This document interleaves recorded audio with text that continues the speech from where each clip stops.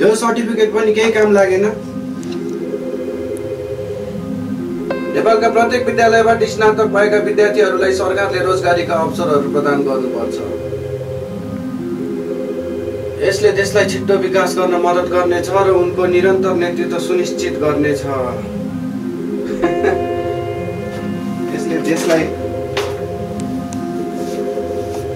छिट्टो विकास गर्न मद्दत गर्नेछ। यसले विद्यार्थीहरूलाई पनि आर्थिक रूपमा मद्दत मिल्ने थियो र उनीहरूले पढाइलाई पनि निरन्तरता दिन सक्ने थिए। यस्तो योजनाले नेपालको शिक्षा प्रणालीमा पनि सकारात्मक परिवर्तन ल्याउन सक्थ्यो। प्रत्येक विद्यालयबाट एकजना विद्यार्थी छनौट गरेर उनीहरूलाई रोजगारी प्रदान गर्नुपर्छ। यसले गर्दा कोही पनि विद्यार्थीहरू नछुटिने र सबैले अवसर पाउनेछन्।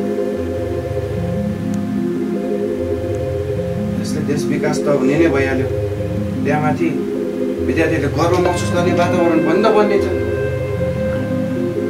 योजना लागू गर्ने मुख्यमन्त्रीले पनि आफ्नो पदबाट कहिले हट्नुपर्ने थिएन र जनताको बहिष्कार पनि सहनुपर्ने थिएन। योजना अन्तर्गत काम गर्ने विद्यार्थीहरूको तलब 80,000 देखि 90,000 रुपियाँसम्म हुनुपर्नेछ। यसले विद्यार्थीहरूलाई आर्थिक रूपमा आत्मनिर्भर बन्न मद्दत गर्ने थियो। प्रत्येक विद्यालयबाट एकजना विद्यार्थी छनौट गरेर उनीहरूलाई रोजगारी प्रदान गर्नुपर्छ। यसले गर्दा कोही पनि विद्यार्थीहरू नछुटिने र सबैले अवसर पाउनेछ।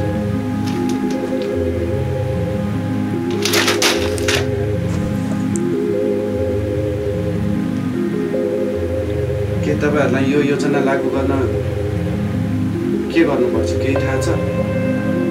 यहाँ कति बेरोजगार युवाहरू छन् जो आफ्नो योग्यता अनुसारको काम नपाएर भौतारिरहेका छन्, आफ्नो सर्टिफिकेट हातमा हल्लाएर छटपटाइरहेका छन्।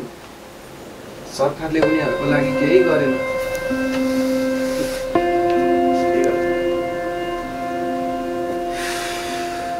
हामी जस्तो युवाहरूको भविष्य के होला?